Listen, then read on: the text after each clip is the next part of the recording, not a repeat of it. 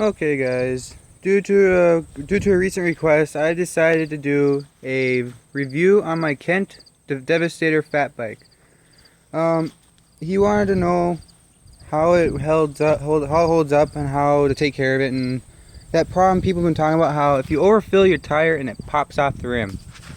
My honest opinion, and from what I've learned, these are pretty much downright just like motorcycle tires. Forgive me if they're a little bit different. From what I read about them, they're pretty similar. There is a bead inside the rim. If you rupture that, your tire's gonna pop off every time. That's the way these are designed, from what I read.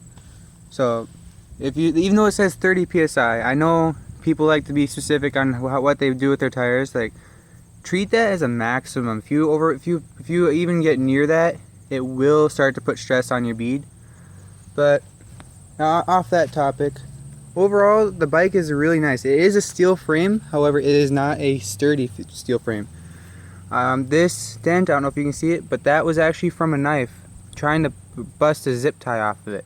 So if you don't want any dents, be careful when you're removing your zip ties if you buy a packaged bike.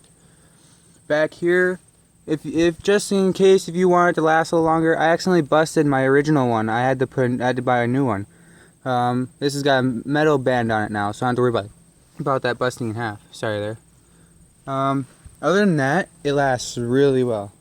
As you can see, I customized my bike a lot. It's got LEDs all around it. I just enjoy it too much.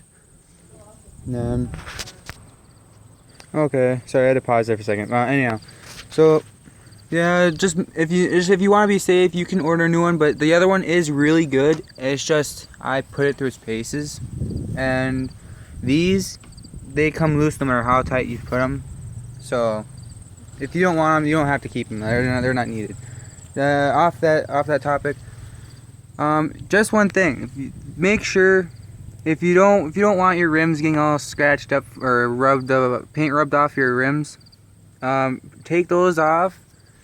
And if you got the same one I do, you should have a spot right here. There's a nice good gap for an adapter where you can put your disc brake rotor on, and you just get a mount for the caliper. Then you can just have a disc brake set up. You just run this line right here, and you don't have to worry about. See, yeah, that's what I was talking about right there. All that rubbed right off. I think a rock got stuck in here and just really scraped it off. I'll have to redo my paint. It comes with a different seat. I bought this one because the other one was just too uncomfortable, and I landed on it when I went across the culvert and just wrecked the bolt underneath, and it doesn't sit straight like that one. That's really all it came. The front wheel comes disassembled if you order it in the box. Other than that, it's pretty good. You get a really good kickstand. This kickstand is super durable. My other one busted on my other bike. It busted right away. This one, oh yeah, it'll lock if you push it down like that. You push it up and then pull down, then it goes just fine. And then it sits super sturdy. I mean, you can push the bike over. Oh, had a bug in my ear. You can push the bike over, tips right back on its side, and sits up. And for its pants guard, doesn't work good for me. I don't know if that's just me having bad luck with them or what. Other than that, really sturdy chain, neat design on its rotor. 7 gears, so you got a really good starter gear, and you can just work your way up to the drive gear, which is what it's called. It depends on your bike terms. Other than that, that's really the only main points on this bike. It's just brakes can ruin your paint job if you don't want that happening. Just slap a disc brake on the back. No, you don't have the option in the front, unfortunately. At least, maybe you do, just you need to add a spot to it, maybe. I haven't looked that far into it otherwise. Just a light steel frame. It is steel, however. I did look it up. And then it will rust in areas like that, as you can see.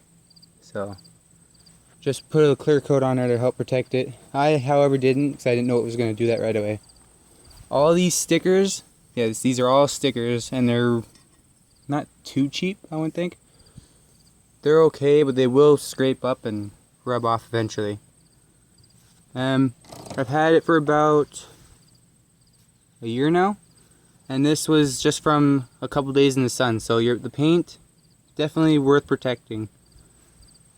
Other than that, it's a pretty nice bike. It's got plenty of room for customization, except if you want a front mount light, you'll have to get a really specific one in order for it to actually sit properly, because this is a flat bar instead of a round one.